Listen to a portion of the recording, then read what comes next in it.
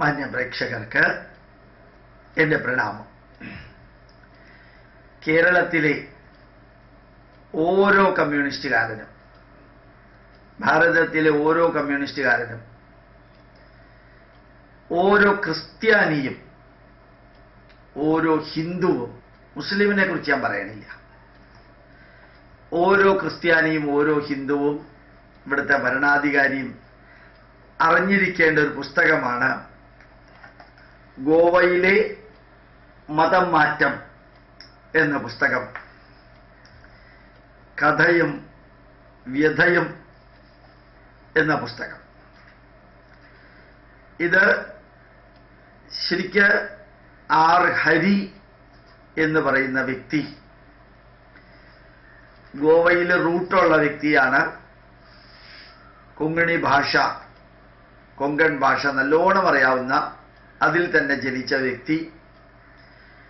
കുരുക്ഷേത്ര പ്രകാശൻ, അവര് കലൂര്, കൊച്ചി, അതാണ് അഡ്രസ്സ് ഞാൻ ഇതിന്റെ ചുവട്ടിൽ തരാം.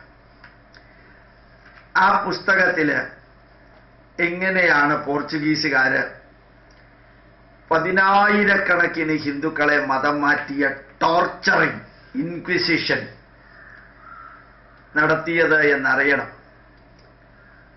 ഈ പുസ്തകം കേരളത്തിലെ കർദിനാളോ ബിഷപ്പോ ഒരു പള്ളിയിൽ അച്ഛനോ വായിച്ചാൽ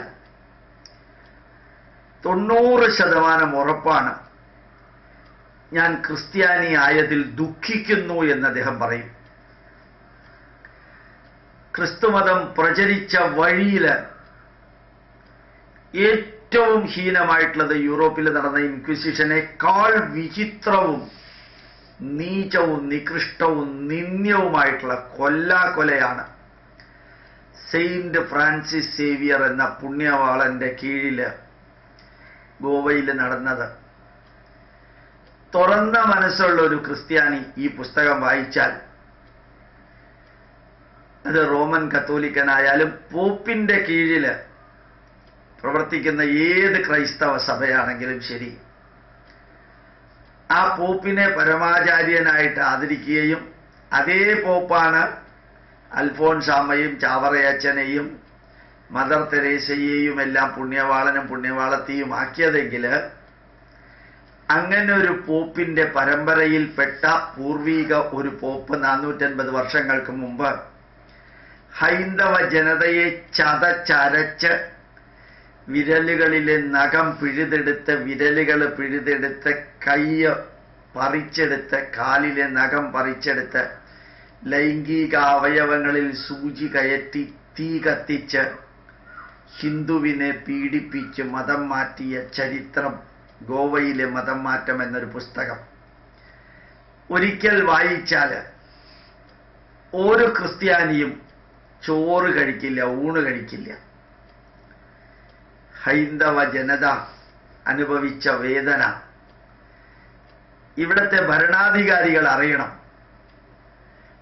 മാത്യു അവന്തി എന്ന് പറയുന്ന വ്യക്തിയെ കുറിച്ച് ഞാൻ കുറച്ച് ദിവസം മുമ്പ് പരിചയപ്പെടുത്തി. മാത്യൂസ് ക്രിസ്ത്യനാണ്. അദ്ദേഹം റാണാ പ്രതാപ സിംഹനെ കുറിച്ച് പുസ്തകം എഴുതിയിട്ടുണ്ട്, ശിവജിയെ കുറിച്ച് പുസ്തകം എഴുതിയിട്ടുണ്ട്. അടുത്ത കാലത്ത് എഴുതിയ പുസ്തകമാണ് ചന്ദ്രഗുപ്ത മൗര്യൻ. ആ ചന്ദ്രഗുപ്ത മൗര്യൻ എന്ന പുസ്തകം ഞാൻ വായിച്ചു. അത് വായിച്ചപ്പോ ഭാരതത്തിലെ ഹൈന്ദവ ജനത BC 300 മുതൽക്ക്, അലക്സാണ്ടർ ഇങ്ങോട്ട് കയറി വന്നപ്പോ മുതൽക്ക് ചത്ത് വീണ് മരിച്ചൊടുങ്ങിയ കഥയല്ല, ചരിത്രം. അത് വായിച്ചാൽ മനസ്സിലാവും. ഭാരതത്തിലെ ഹൈന്ദവ ജനത അനുഭവിച്ച പോലെ വേദന ലോകത്തിലെ ഒരു ജനതയും അനുഭവിച്ചിട്ടുണ്ടാവില്ല. യൂറോപ്പിലൊക്കെ ക്രിസ്ത്യാനികളിൽ നിന്നാണ്. ഇത് അലക്സാണ്ടർ തുടങ്ങി 23 നൂറ്റാണ്ടുകൾക്ക് മുമ്പ് തുടങ്ങി.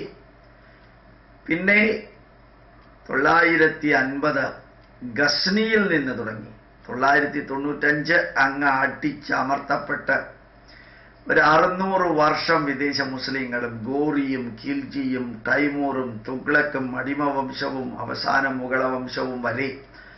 അതിനുശേഷം ഈ സെയിന്റ് ഫ്രാൻസിസിനെ പോലെ ക്രൂരരായ വ്യക്തികളുടെ നേതൃത്വത്തിൽ പോർച്ചുഗീസുകാരും ഡച്ചുകാരും സ്പെയിൻകാരും ഇംഗ്ലീഷുകാരും അവരുടെയൊക്കെ നേതൃത്വത്തിൽ ഹിന്ദുവിനെ നശിപ്പിക്കാനായിട്ടും ഭാരതത്തെ ലൂട്ട് ചെയ്യാനായിട്ടും ഭാരതത്തെ ആക്രമിച്ച് കീഴടക്കാനായിട്ടും വന്നവരുടെ അടുത്ത് പൊരുതി നിൽക്കേണ്ടി വന്ന ആ ഹൈന്ദവ ജനത തന്നെയാണ് കാശ്മീരിൽ നിന്ന് അഭയാർത്ഥികളായിട്ട് ഡൽഹിയിൽ പോയിട്ട് ടെന്റിൽ കിടക്കേണ്ടി വന്ന സ്വന്തം ദേശത്ത്. ഇത്രയും ഞാൻ പറഞ്ഞത് ഒരു ഇൻട്രൊഡക്ഷൻ മാത്രം. അതിലെ ഓരോ വരികളും വായിച്ചാൽ ഒരുപക്ഷെ ഈ ജന്മം തന്നെ ദുഃഖത്തിൻ്റെതായി പോകുന്ന ഈ പുസ്തകം ആർ ഹരി എന്ന് പറഞ്ഞ് കുരുക്ഷേത്ര പ്രകാശൻ ട്രസ്റ്റ് കലൂര് എഴുതിയിരിക്കുന്ന പുസ്തകം നിങ്ങൾ വായിക്കണം, എന്തെങ്കിലും വായിക്കണം. എന്തിനറിയോ? ഹിന്ദു ധർമ്മം പഠിക്കുന്നവരും പഠിപ്പിക്കുന്നവരും പ്രചരിപ്പിക്കുന്നവരും ഒക്കെ വർഗീയവാദികളാണ് എന്ന് പ്രചരിപ്പിക്കുന്ന കുറേ ക്രിസ്ത്യാനികളും ധാരാളം മുസ്ലിങ്ങളും പിന്നെ ഇടതുപക്ഷക്കാരും ഹിന്ദുക്കളായ ഇടതുപക്ഷക്കാരും ഉണ്ട്. അവർ ഈ ഭൂമിയിൽ നിന്ന് ചത്തുപോകുന്നതിന് മുമ്പ്, മരിച്ചു പോകുന്നതിന് മുമ്പ് എന്നുള്ള വാക്ക് ഉപയോഗിക്കണില്ല, ചത്തുപോകുന്നതിന് മുമ്പ് ഈ പുസ്തകം ഒന്ന് വായിച്ചാൽ ജീവിതാന്ത്യത്തിലെങ്കിലും പറഞ്ഞതിനെക്കുറിച്ചും ചെയ്തതിനെക്കുറിച്ചും അവർക്കൊന്ന് പ്രായശ്ചിത്തം ചെയ്ത് അന്ത്യകൂദാശ നടത്താൻ സാധിക്കും. ജീവിച്ചിരിക്കുമ്പോൾ പറഞ്ഞു കൂട്ടിയതും ചെയ്തു കൂട്ടിയതും മരണത്തിന് തൊട്ടു മുമ്പെങ്കിലും ഇവരുടെ ചെവിയിലൊന്ന് വായിച്ച് കേൾപ്പിക്കാൻ ലോകത്തിൽ ആരെങ്കിലും ഉണ്ടെങ്കിൽ അയാൾ ചെയ്യുന്ന കർമ്മമായിരിക്കും ഏറ്റവും വലിയ പുണ്യകർമ്മം. ഗോവയിലെ മതം മാറ്റം എന്ന പുസ്തകം എഴുതിയ വ്യക്തി എത്ര ദിവസത്തേക്ക് ഊണ് കഴിച്ചിട്ടുണ്ടാകാതിരിക്കാൻ സാധ്യതയുണ്ട്. കാരണം അതിലെ 2 പേജ് വായിച്ചാൽ നമ്മൾ തളർന്നു പോകും. ഞാനും ഒരു പുസ്തകം എഴുതിയിട്ടുണ്ട്, പൈതൃകത്തിൻ്റെ വേദനയും ഹിന്ദു അനുഭവിച്ച ദുഃഖവും എന്നൊരു പുസ്തകം എഴുതിയിട്ടുണ്ട്. പൈതൃകത്തിൻ്റെ വേദനയും ഹിന്ദു അനുഭവിച്ച ദുഃഖവും. അത് പ്രൂഫ് റീഡ് ചെയ്യാൻ വായിച്ചതിന് ശേഷം പിന്നെ ഞാനത് വായിച്ചിട്ടില്ല. വായിച്ചാൽ എനിക്കും ചോറിറങ്ങില്ല.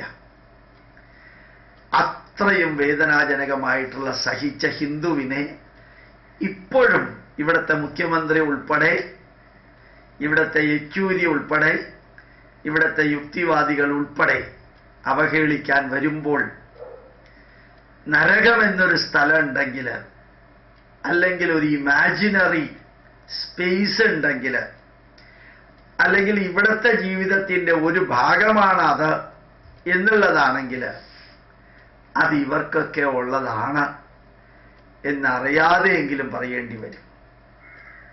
അലക്സാണ്ടറുടെ അമ്മ പറഞ്ഞത് doctor APJ Abdul Kalam quote ചെയ്തതെടുത്താൽ ഭാരതം ഒരു രാജ്യത്തിലേക്കും ആക്രമിച്ച് കയറിയിട്ടില്ല. വന്നവരെയൊക്കെ കുടുംബാംഗങ്ങളും സഹോദരന്മാരുമായിട്ട് സ്വീകരിക്കുകയാണ് ചെയ്തത്. ഇന്നലെയും മിനിഞ്ഞാന്നുമൊക്കെ ഗംഭീരമായിട്ട് ട്രംപ് എടുത്ത തീരുമാനത്തിനെതിരെ ലോകം പ്രതികരിക്കുന്ന കണ്ടു. അമേരിക്കയിലേക്ക് മുസ്ലിങ്ങളെ കുടിയേറ്റാൻ അനുവദിക്കില്ല എന്ന് 6 രാജ്യങ്ങളിലെ മുസ്ലിങ്ങളെ ഇനി ഭാവിയിൽ പാകിസ്ഥാനും അതിൽ ഉൾപ്പെടുമെന്നൊരു വരി കൂടിയുണ്ട്. വളരെ ലളിതമായിട്ടുള്ളൊരു ചോദ്യമാണ്. അമേരിക്കയേക്കാൾ വളരെ ജനസംഖ്യ കുറവും അമേരിക്കയേക്കാൾ എത്രയോ അധികം സമ്പത്തുമുള്ള സൗദി അറേബ്യയിലേക്കും ദുബായിലേക്കും അബുദാബിയിലേക്കും മിഡിൽ ഈസ്റ്റ് രാജ്യങ്ങളിലേക്കുമെല്ലാം എന്തുകൊണ്ട് ഈ മുസ്ലിങ്ങൾ കുടിയേറി പാർക്കുന്നില്ല? അവിടെ കുറേ സുഖമില്ലേ? അവരുടെ തന്നെ മതമല്ലേ ഉള്ളത്? ഇതിങ്ങളെ ഒരെണ്ണത്തിനെയും അങ്ങോട്ട് കയറ്റില്ല. ഇന്ത്യയിലെ മുസ്ലിങ്ങൾ സൗദി അറേബ്യയിലോ മിഡിൽ ഈസ്റ്റിലോ പോയിട്ട് എന്തെങ്കിലും കോപ്രായത്തരം കാണിച്ചാൽ ഞാൻ അള്ളാഹുവിൻ്റെയും പ്രവാചകന്റെയും ആളാണെന്നും പറഞ്ഞൊന്നും അവിടെ ഇരുത്തില്ല. അടുത്ത ഫ്ലൈറ്റിൽ കയറി തൂക്കിയിട്ട് ബോംബെ കൊണ്ടുവന്നിട്ട് ഇറക്കിയിട്ട് പോകും. ഇവർക്ക് എന്തേ അമേരിക്കയിലേക്കും കാനഡയിലേക്കും യൂറോപ്പിലേക്കും പോകാൻ താല്പര്യം? ഇവർക്ക് എന്തുകൊണ്ട് സൗദി അറേബ്യയിലേക്കും മിഡിൽ ഈസ്റ്റ് രാജ്യങ്ങളിലേക്കും പോയിക്കൂടെ? അതും സമ്പന്നമല്ലേ? അമേരിക്കയെക്കാളും സമ്പന്നമല്ലേ അത്? അങ്ങോട്ട് പോവാതെ അവിടെ പോവാനുള്ള കാരണം എന്താണെന്ന് അറിയാവുന്നത് കൊണ്ടാണ് ട്രംപ് ഭംഗിയായിട്ട് കാര്യങ്ങൾ പറയുന്നതും ചെയ്യുന്നതും. എത്രത്തോളം വിജയിക്കുമെന്ന് അറിഞ്ഞൂടാ. ഏതായാലും അങ്ങേരെ ഭ്രാന്തനായിട്ട് ചിത്രീകരിക്കലൊക്കെ ചിലരുടെയൊക്കെ ആവശ്യമാണ്. കാരണം ഇങ്ങനെ ഭ്രാന്തരായിട്ട് ചിത്രീകരിക്കുന്നവർ നിലനിൽക്കുന്നത് ഇവരെ പോലെയുള്ളവരുടെ പൈസ കൊണ്ടാണ്.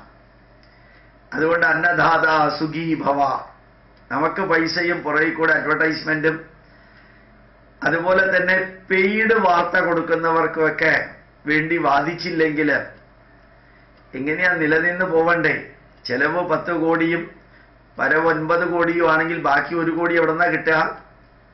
അതിനൊക്കെ വേണ്ടിയിട്ട് സത്യത്തെയും വാർത്തയെയും ധർമ്മത്തെയും നീതിയെയും ന്യായത്തെയും വളച്ചൊടിച്ച് ഞങ്ങൾ പറയുന്നതൊക്കെയാണ് സത്യവും ധർമ്മവും നീതിയും ന്യായവും എന്ന് പറയുന്നവരും എല്ലാം നിലനിൽക്കുന്ന കാലഘട്ടത്തിൽ ഈ ഗോവയിലെ മതം മാറ്റം എന്ന പുസ്തകം നിങ്ങൾ വായിക്കണം. ജന്മത്തിൽ ഒരിക്കലെങ്കിലും ഉച്ചയൂണ് കഴിഞ്ഞോ രാത്രി ഊണ് കഴിഞ്ഞോ അല്ലെങ്കിൽ ആ ചോറും ഭക്ഷണവും വേസ്റ്റാവും എന്നുകൂടി ഓർമ്മിപ്പിക്കുന്നു. പ്രണാമം, നമസ്കാരം.